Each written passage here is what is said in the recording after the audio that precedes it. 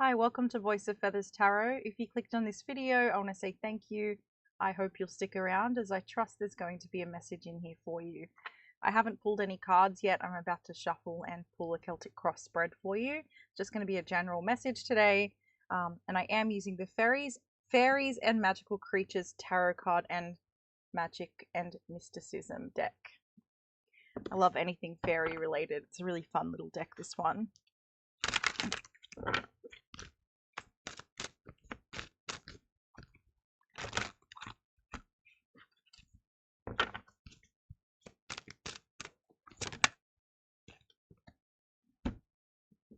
Okay, at the start of your reading, at the center of your reading, you have the Temperance card.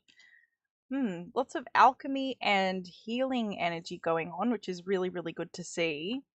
This is the Sandman represented in this card, in this particular deck, and it says that sleep opens access to another view of our reality. Until this happens, there's an elf or semi-divine creature who travels non-stop through the night sky, sliding into homes through windows left ajar and small cracks and throwing magic sand in people's eyes. The sand is either grey for nightmares or gold for dreams. So pay attention to your dreams at this time. There could be heightened dream activity messages coming through. I'm also seeing like little glimmers of almost like premonitions. So things happening in your dreams that in the next couple of days actually end up happening in your waking life is something I'm picking up on. Or perhaps if we reimagine the classic myth, we can say that one type of sand is for tricky dreams and one for prophetic dreams. Okay, so I was just getting that, like premonitions. The Sandman and his donkey work unseen and return peace to the world. In sleep, we're protected. We offer ourselves undefended. We embrace those next to us, human and animal. We go to the wonderland of our intuitions and fears. Even Temperance comes to protect us, to return our equilibrium after turmoil. Like a good dream, a restorative figure we should give ourselves to. In the Arcana of Fairies, the Sandman is a supportive guide through nightmares and visions, resting and waking, and has been there since infancy. Okay, so that's at the center of your reading, the dream space really being highlighted. You might feel like when you go to sleep and you dream that you're just like picking up where you left off, like you're sort of living another version of your life while you're asleep. There's something important about that. I feel like there's something of like a crossing between the dream space and the waking life. It's almost like they're starting to really cross over and really match each other. It's almost like timelines coming together or realities coming together. So let's see what might be the blockage, challenge, or delay. Okay, we've got the Two of Pentacles. That's interesting. Here, what I'm getting is like a coin flip. I don't know if you can see it, but because of the light, but he's got that little pixie there. He's got two coins and you can see the different faces on each of them. I'm getting like, yeah, it's like a flip of the coin, what reality you're sort of engaging with at this time. They're so close together. They're so close together that you might almost feel like a lot of deja vu's happening, or you might feel like you can't tell whether something was a dream. You might be asking your partner or your friend or whatever, like, oh, did we already have this conversation? Or did I dream that? That sort of thing might be coming up at this time. I'm wondering why this is coming up as a blockage though. It might be that you feel a little bit disoriented. You might even be having some sleep problems at this time and it's kind of affecting your energy levels day to day. So this could be the challenge. If there's like heightened dream activity and it's happening for some threshold purpose, I'm hearing, that is like getting that dream space reality to actually manifest in the 3D, it could be causing disorientation and imbalance in some way, shape, or form. I'm getting that this could be like coming out in terms of I heard endurance as well.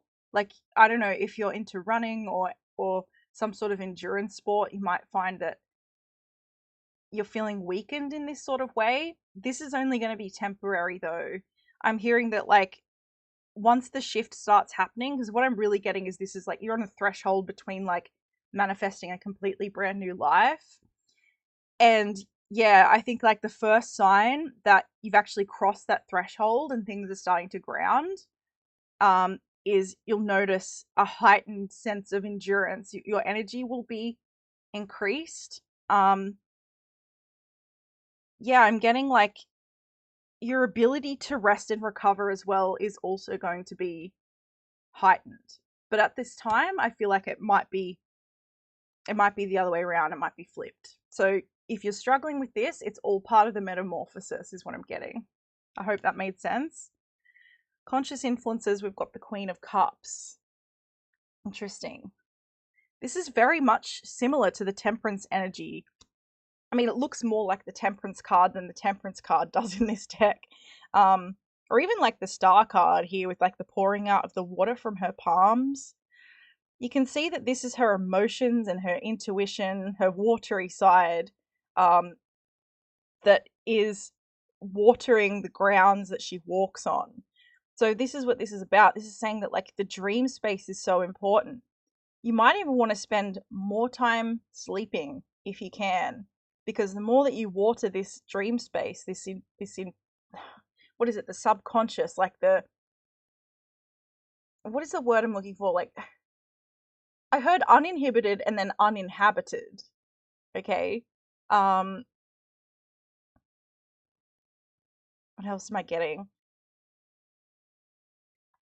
Uninhibited, uninhabited.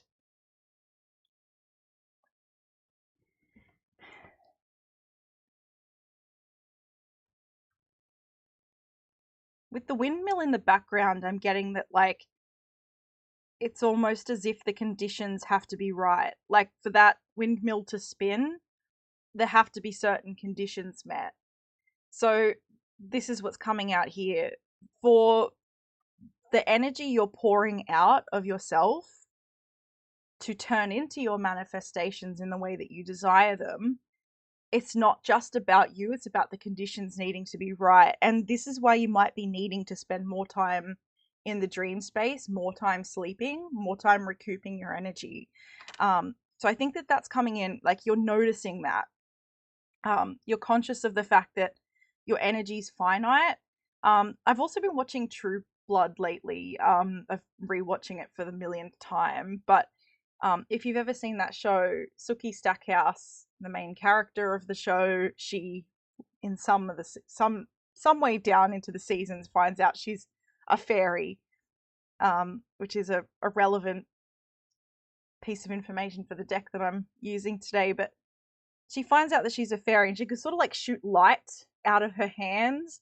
She then finds out that her magic is finite and that if she's not careful about how she uses it, then it can burn out and she would be Fae no longer. She would end up just being a regular, ordinary human.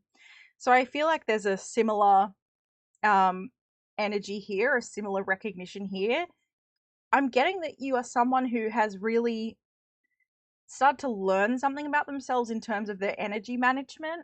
You're really tuning in to this. You've got an instinct about when you need rest, and letting go of the guilt might be a struggle for some of you, especially if you're juggling a lot, like with that Two of Pentacles is the blockage.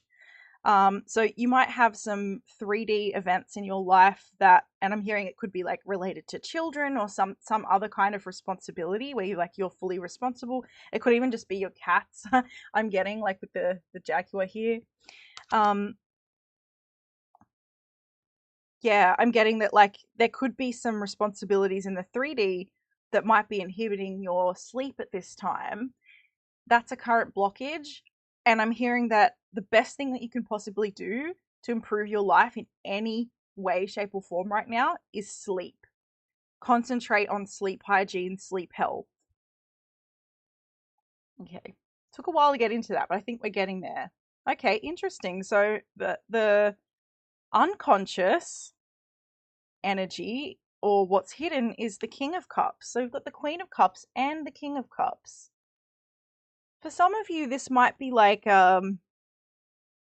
I heard like a counterpart, but I also heard this could be like a merging of two versions of yourself. And that relates to what I was getting about sort of like the crossing paths of the dream version of you and the 3D version of you.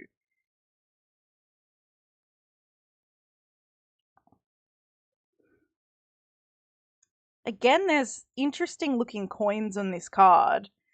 Let me just have a look at what this says in the guidebook because I'm really interested in what this is referring to.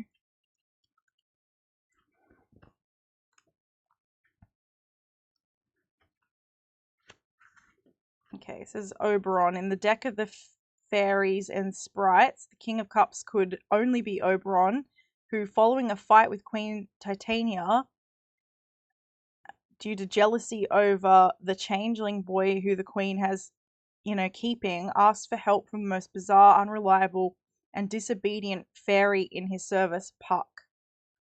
Oberon thus appears as a manipulator of feelings, even if he does not intend to hurt. Similarly, the King of Cups is someone who controls his feelings well and has a certain influence over the emotions of others, an influence he uses by manipulating them or offering precious advice. Look inside the cup of the heart without falling and let the unconscious flow without being overwhelmed. So it doesn't actually specify what any of these coins are referring to. There's also like a plaque or a shield kind of looking thing with 3 frogs on it. I've been seeing frogs a lot lately, and to me, frogs sort of represent healing. So I'm getting that there could be a lot of emotions coming up that need healing, and it actually the coins could just be referring to money. This could be talking about a relationship that maybe you weren't conscious of yet, but are becoming conscious of, between your emotional state and your finances. Okay, so try and have a look and see if you can find a correlation between those two things. There could be some like ongoing beliefs or attitudes or traumas that shape the way you handle money or the way that you receive money. This is being brought up from the unconscious to be recognized and to be healed and to be put into the balance of things. And yeah, I'm feeling really choppy in this reading, and I don't know if this is part of the energy, but it definitely could be, because it's almost like the signal is trying to get through, but there's a little bit of a blockage, is how it feels. Like, I know that's not how it sounds when I'm talking, but that's how it feels. And yeah, this is kind of the energy that I'm getting here. But this is being brought up to heal. So a common message that's been coming through in readings for me lately is that any resurfacing of trauma, grief, hurt, anything like that is not a backpedaling. It's evidence of growth and healing, and we have to just sort of like approach it from different vantage points, from different levels of growth in order to actually move past it. So I think that's what's coming through here. There's an integration, and then there's also a leveling up. So from the Queen to the King of Cups. I'm getting that your emotional maturity in this way, or even just understanding of your own emotions and how your emotions are actually your superpower. And it can be so easy to just like use and abuse them, to the point where they actually stop serving us and start acting in disservice of us. So getting in control of that, we find that our 3D starts to reflect how in control of our emotions we are. In the past influences, we've got the King of Pentacles, but what an amazing card, because it's actually depicting Jareth from the Labyrinth. He's got his like crystal ball in his hand here. That's so cool. And he's also in that impossible staircase, that sort of MC Escher-like environment. Wow, it's so interesting because that scene really does feel like an alternate reality. Things work differently there. The physics are completely different. So yeah, I see that this is like a different version of you really coming through, someone who's much more magical and has a lot of power. Power that I'm getting, like, with Jareth being in the past influences here as the King of Pentacles, it might be that power, because it wasn't perfectly integrated, or maybe there was a lack of awareness around it. It could have been misused or abused rather in the past. Let's see what's happening in the forthcoming to see how this is shifting. The Tower. Wow. That's a big energy. It's a big energy. You know, I see this like in the movie The Labyrinth, where Sarah realizes that he doesn't have any power over her, and then the worlds fall down, and then there's that song, The Worlds Fall Down. Yeah. Because, like, look at that. There's this woman, I think she's a banshee actually in this card, but she's done something to cause this tower to fall down, and I believe that this is realizing that whatever has kept you held back in the past doesn't have power over you anymore, and so you're able to let those worlds fall down. You're able to let those shaky foundations crumble and just walk away. Incredible. For once, I see the Tower here as like being, well, not for once, it's always transformative. Even if it's uncomfortable, it's always transformative. Wow, okay, the advice is the Six of Wands. And I'm really drawn to the little fennec fox there, and the flower that the pixie's holding up. I'm really drawn to the huge big ears. So I think this is referring to like people hearing about your success, or you hearing about opportunities that could lead to success. So the ears are being very highlighted here. If you ever get like a ringing in your ears, that's confirmation from spirit, usually about like intuitive messages or channelings that come through. So the ears are being really highlighted. Lean into your success and celebrate it, because it's only going to consolidate your manifestations. It's only going to consolidate the idea that you are successful, and therefore more success can come to you. So I see that as a really good thing. We also have coming out next as external influences, or this can also be how other people are perceiving you. We've got the Justice card. Again, I'm interested in what the guidebook says, as this is a unique looking card for justice.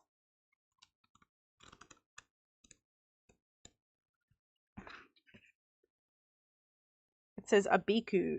In the Yoruba tradition of Western Nigeria, a bhikkhu is a child of brief mortal existence who can hear the call of his other life as a spirit at any moment, far from the daily dimension of his blood family. Wow! That is echoing the start of the reading, like, very strongly. Hearing the call of your other life as a spirit at any moment. Wow. A bhikkhu is he who is predestined for death. He lives in the community as flesh and blood, but his spirit is elsewhere, attracted by what has been and what can be. So don't be alarmed by this, a bhikkhu who is predestined for death, because remember, like, death is the ultimate transformation and the ultimate transition that we have in life. So you don't have to take it literally when we do a tarot reading. Everything's symbolic.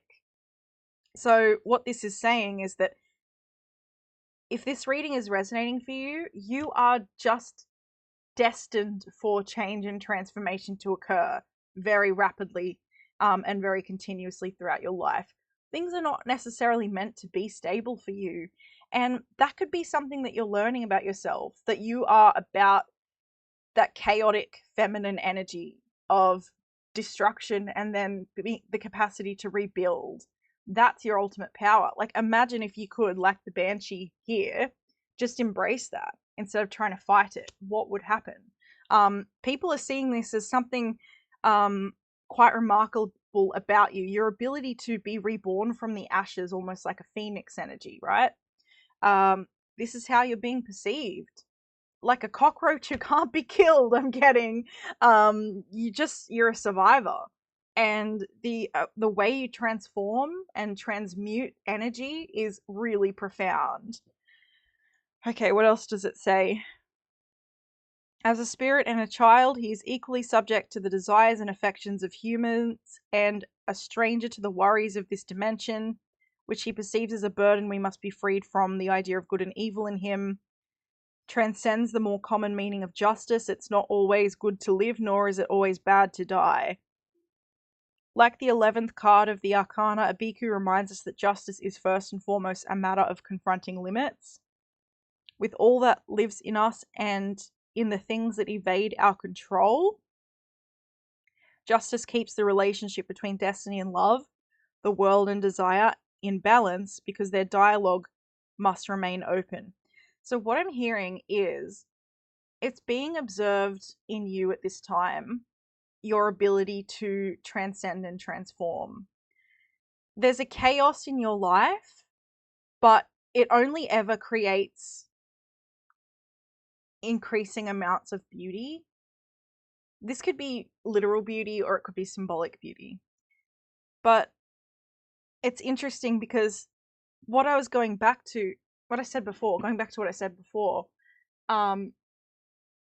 it's a paradigm shift in your mind, recognizing, okay, this is just who I am. This chaotic, divine, feminine energy of destruction and rebirth and transformation is who I am.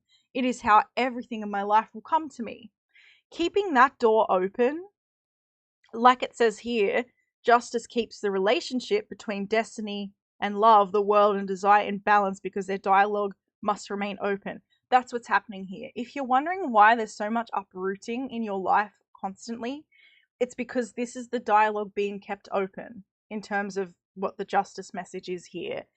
It allows the transformation to occur, and it's telling you that death, symbolically, in this case, is not a bad thing. It is not a bad thing to die and be reborn. And this is what people are noticing about you, your ability to rapidly do this. Okay, hopes and fears. We've got the Magician. I can see why this card would come out here. You know, the Magician is my favorite card. It's about manifestation, and this is pretty much what this reading has been about. He's represented as the leprechaun here, and I may go to the guidebook for this, but just in the traditional meaning of the Magician, you know, on the flip side, he can represent a manipulator or a trickster. And I think that the cards at the beginning of your reading, with the Temperance card, the Queen of Cups, and then the King of Cups, you're ultimately like a good witch, is what I'm hearing. Like Glinda the Good Witch. You're a good person, and you don't want to hurt people, and you don't want to cause death and destruction or anything like that. But it does seem to happen around you. So I think this is being reflected in the hopes and fears. Like, your hope is that you can recognize your power and your ability to alchemize and your ability to manifest the life that you want and shift realities constantly. You want to embrace that as your deepest wish. That's the pot of gold at the end of the rainbow. But you also fear harming other people, being perceived as a trickster, being perceived as someone who is manipulative. Just because you can manipulate energy to your advantage, though, doesn't mean you have to harm others in the process. I'm hearing that the main thread that ties this all together is integrity. Integrity and intention. So if you have the good intention, people might still get hurt. People get hurt every single day in this life.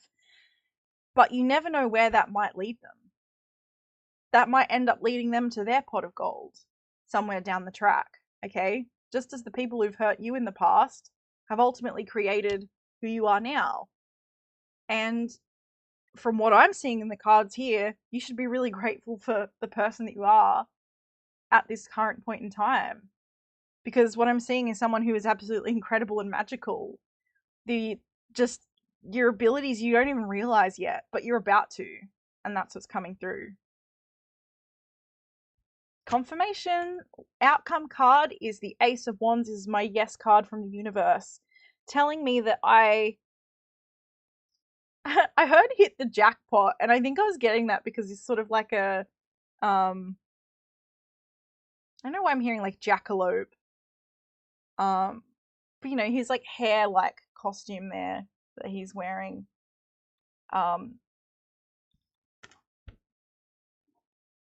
That's so weird. Sorry, I just lost my train of thought because I thought that these were two black kittens, but they're actually just his boots. But anyway, like that could be coming through for a reason. If you're seeing black cats or little black cats at your feet or something like that, I'm hearing from spirit that is your like synchronicity equivalence to the Ace of Wands. So if you've got a question in mind, or if you're worried about being on the right path or not, if you see some black cats at your feet, the answer is yes. And if you've got a black cat at home, then you're very lucky. Fantastic. Yeah, like let's see what's on the bottom of the deck, but I'm pretty sure the message has come through. Queen of Wands, wow. So potential energy is the Queen of Wands. I think this is Queen Mab, but let me just check. Queen of the Fairies.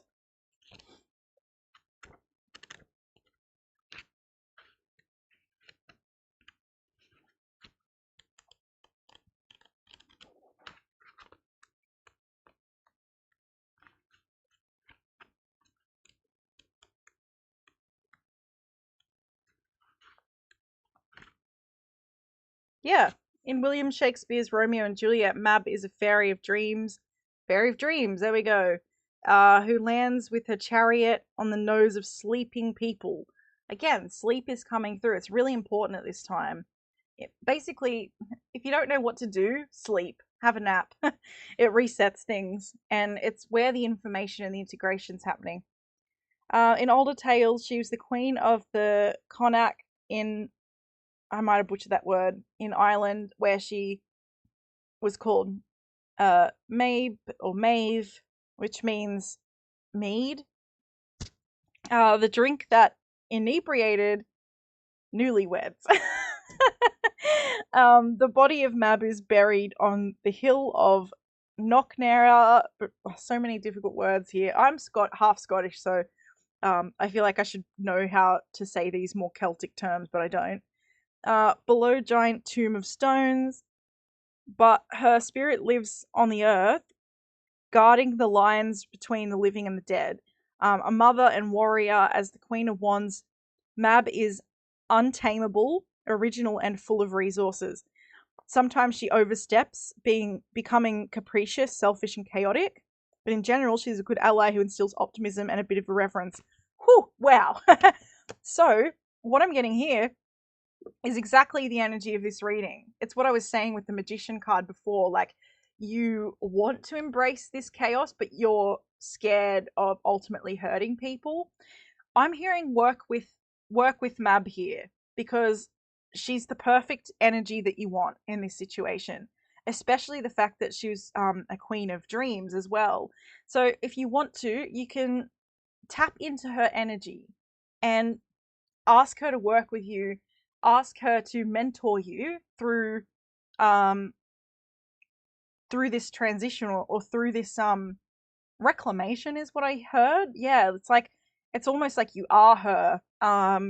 It's just that for whatever reason, I think the systems, I'm getting like a patriarchal sort of like masculine system coming through, that has suppressed your true inner nature. I was getting a lot of divine feminine energy here in